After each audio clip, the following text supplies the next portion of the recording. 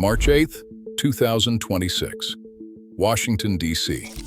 The Pentagon has not denied it. That is the most important sentence you will hear today.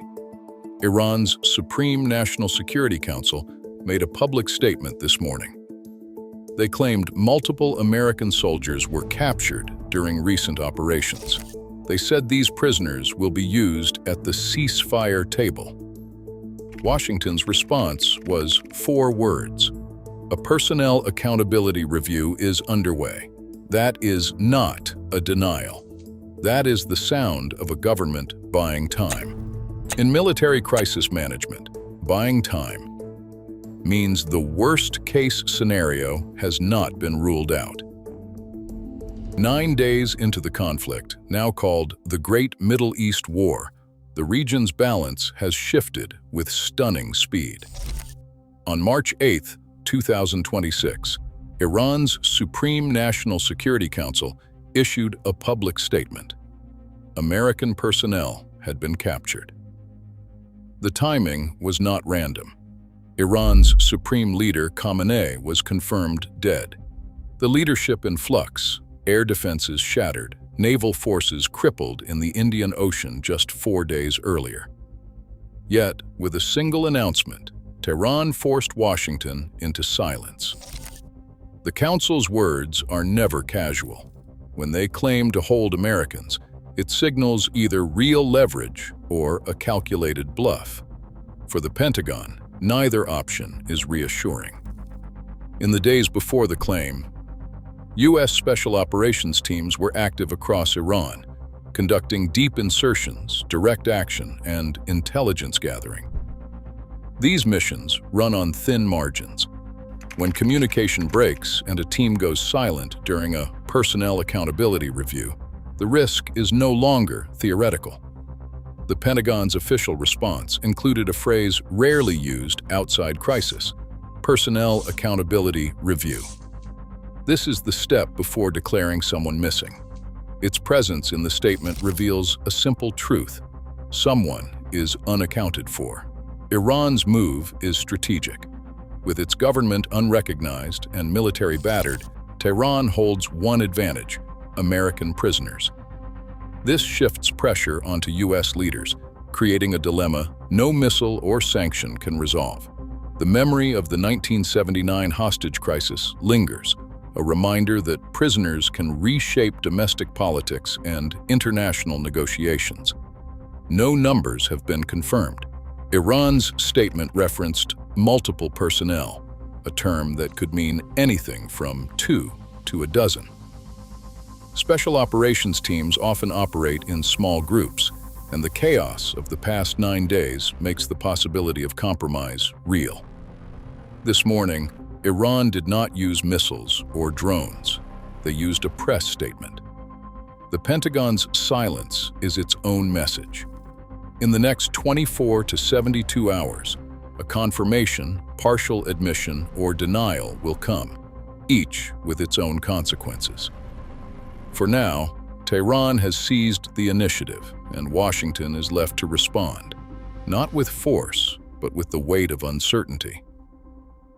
The 9-day war that now engulfs the Middle East did not begin with Iran's claim of captured Americans.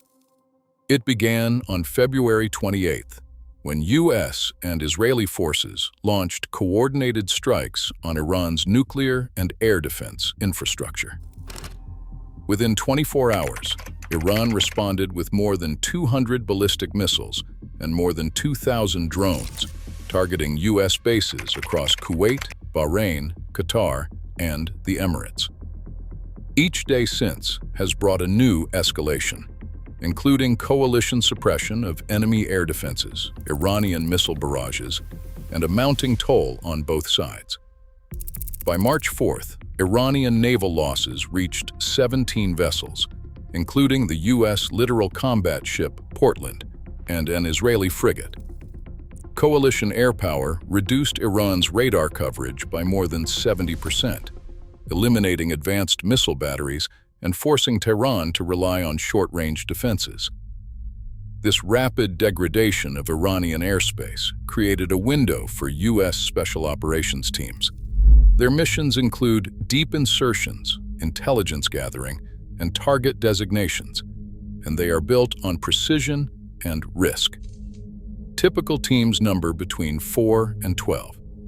Extraction windows are tight. Communications are fragile, especially as Iran's command and control fractured after Supreme Leader Khamenei's death.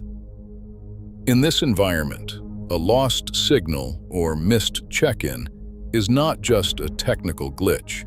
It is a potential crisis, especially as coalition forces rely more on ground transport in contested zones where air superiority no longer guarantees safety.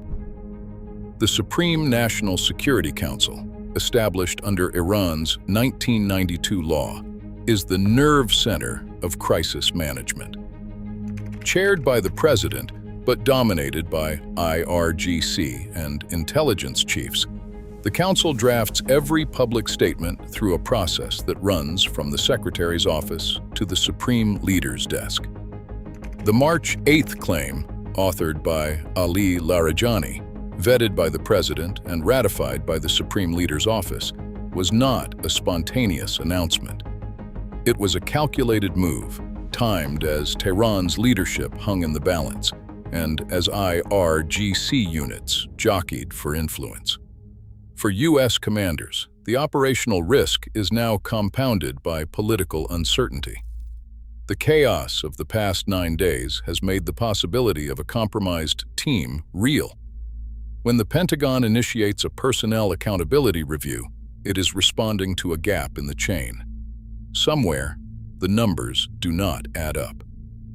The silence that follows is not just administrative, it is the sound of a military and a government weighing every possible outcome, knowing that any confirmation will reshape the war, the negotiations, and the domestic debate in Washington. Personnel Accountability Review. 3 words that sound bureaucratic, but in this context, they are a signal. Inside the Pentagon, the process starts with a 3-hour window. If a unit cannot confirm the location of its people, a missing personnel report is filed. That triggers a chain reaction. A cross-service task force forms, intelligence officers, legal advisors, and diplomats, each tasked with piecing together what happened. Every satellite image, intercepted signal, and eyewitness account is pulled in. The Department of Defense consults with the State Department and the International Committee of the Red Cross, making sure every move aligns with the law of armed conflict. The language in the official statement is deliberate. Saying that a personnel accountability review is underway is not just a placeholder. It is the administrative step before anyone is declared missing. It is also a shield. By not confirming a capture, the Pentagon avoids granting Iran the full status of holding prisoners of war under the Geneva Conventions. That keeps options open. It keeps leverage off the table, at least for a moment. But in Tehran, the memory of 1979 is never far away. That year, Iranian revolutionaries stormed the U.S. Embassy and held 52 Americans for 444 days. The crisis became a template for how to turn American lives into bargaining chips. It toppled a presidency and set the rules for every future confrontation. Iran's current leadership, especially hardliners in the Revolutionary Guard, study that playbook. They know that in Washington, the words missing and hostage carry political weight no press release can deflect. Every step of the Pentagon's procedure is mirrored by an Iranian calculation. How long can uncertainty be stretched? How much pressure can be applied? How can a claim be used to extract concessions at the negotiating table? Inside the Pentagon, legal staff and crisis managers walk a tightrope. Every word in a statement, every delay in confirmation, is weighed for its impact. Not just on the battlefield, but on Capitol Hill and in the living rooms of military families. The process is not just administrative. It is a contest over narrative, over leverage, and over memory. The Personnel Accountability Review is where doctrine meets history and where the next move is shaped by what both sides remember from the last time American lives hung in the balance. Washington's choices now fit a grim grid. The first option is a direct rescue operation.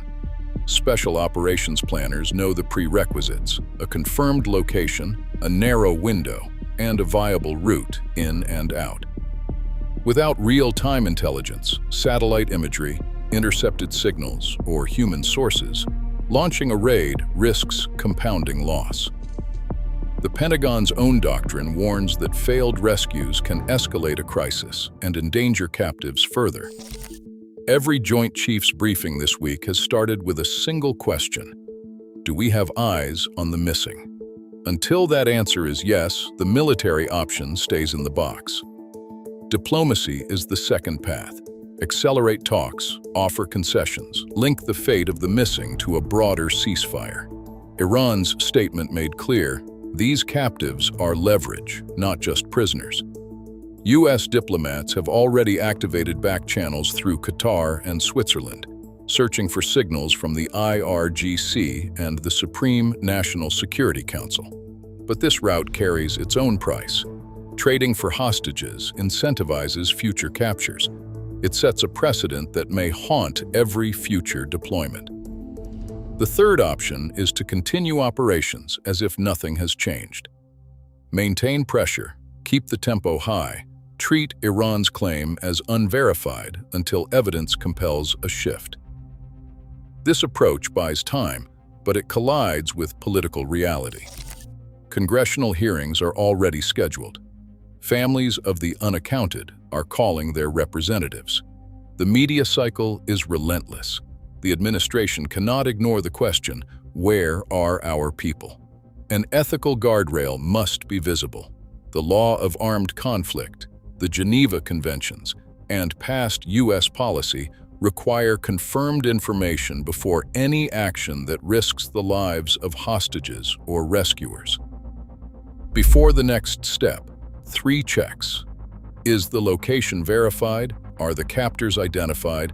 Is there a non-kinetic alternative? Watch for these signals: sudden pauses in airstrikes, diplomatic travel by senior officials, or leaks about Red Cross involvement. Each is a clue to which path Washington is choosing. Washington's silence isn't just a strategy, it's a signal about how power is contested when facts are still in dispute. As negotiations shift behind closed doors, leverage belongs to those who control the narrative. Watch what happens next. Subscribe and share if you want more real-time crisis analysis.